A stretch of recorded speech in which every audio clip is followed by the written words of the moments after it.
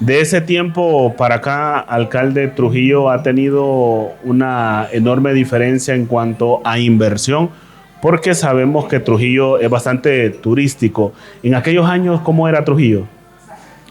Bien, como todo proceso que se va desarrollando, si para las personas que tenemos conocimiento de cómo ha ido evolucionando, no había carretera de La Ceiba a Trujillo, pero sí había de San Pedro Sula en los 70.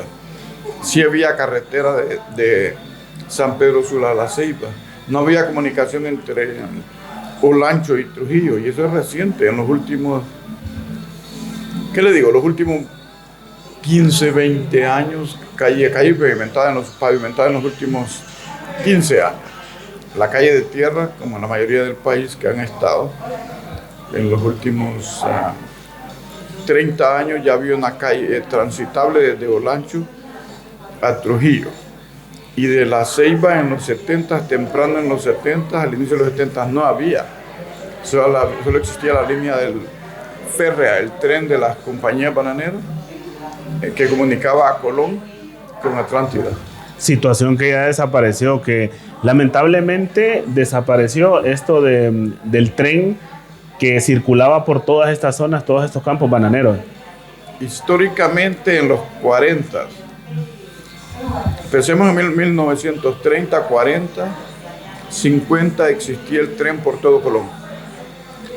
Hasta la costa, hacia la Mosquitia, existía el tren.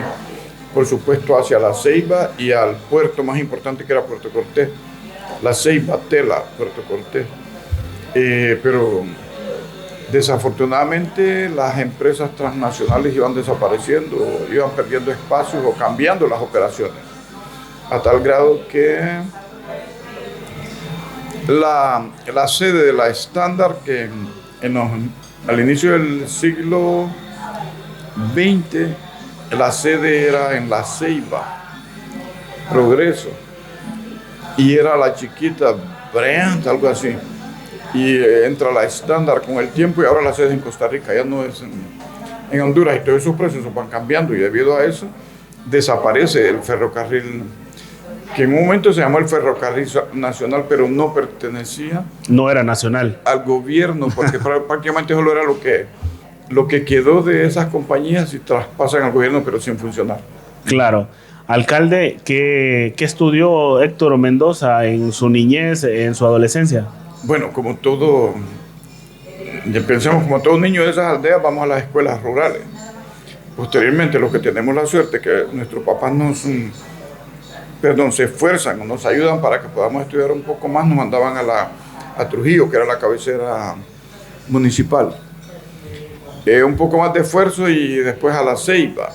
Con el tiempo, un poco más a Tegucigalpa, ya pensémoslo con esfuerzos ya personales. Posteriormente, con esfuerzos de familiares, de una hermana, nos trasladamos a California, donde se estudió un poco más a nivel secundario y cosas de ese tipo.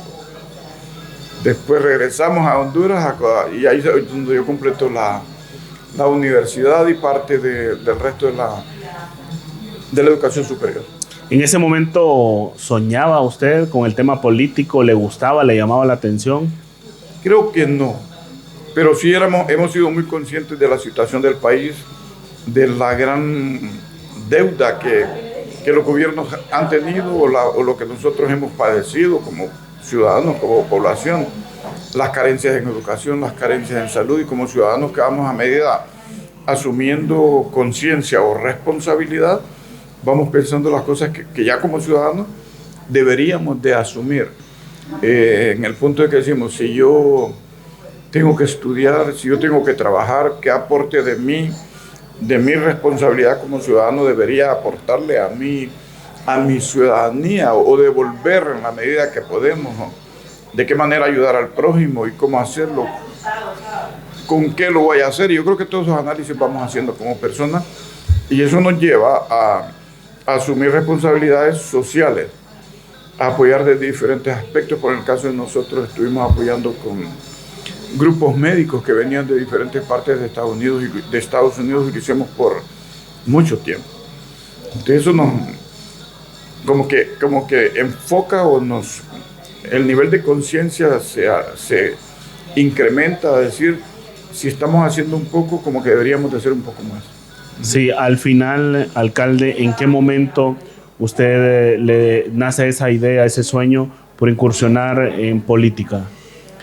Es fácil de recordarlo porque estábamos en algún momento 5 personas sentadas, y por cierto en Chapagua, en la aldea donde nosotros somos.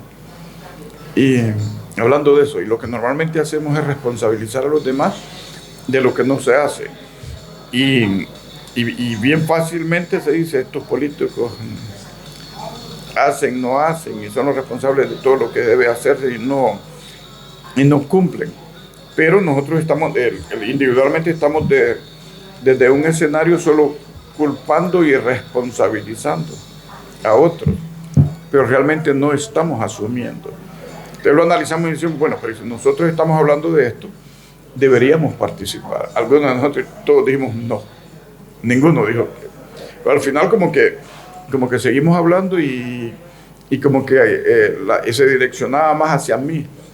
Y por ahí empieza la idea, pero no muy convencidos porque sí sabíamos que estábamos aportando de alguna manera algo, poco, pero sí estábamos aportando algo a la gente que de una forma se beneficiaba a través de servicios de salud, con gente muy comprometida. Teníamos unos programas de educación donde se le daban becas con otro grupo de personas. Canalizamos fondos a través de estas personas en Estados Unidos y amigos. Y si no me equivoco, creo que pudimos haber graduado de la secundaria a unos 120 jóvenes. Y para alguien que no manejábamos tantos recursos, una gran aportación. Hay jóvenes que en este momento ya tienen, pensemos que tienen 30, 35 años, y fueron de esos jóvenes que los ayudamos a que se graduaran de la secundaria. Y por supuesto a través de otros grupos, sí recuerdo que habían niños que necesitaban intervenciones quirúrgicas y logramos coordinar todo para enviarlo a Estados Unidos. Enviamos como unos 15 a hacerles correcciones con ese tipo de cirugía, problemas cardíacos, y se resolvían. Y en ese momento, pues usted no estaba incursionando en la política. Para nada. Fue en ese momento cuando usted me dice también que nace el sueño, la idea. ¿De qué año estamos hablando más o menos, alcalde? Que hablemos del 2000, 2005, 2000, por ahí 2006. Sí. Sabemos que actualmente usted es alcalde de la ciudad de Trujillo. Correcto. Pero usted ha desempeñado algún otro cargo dentro de algún partido político en especial. No, antes fui regidor y después alcalde.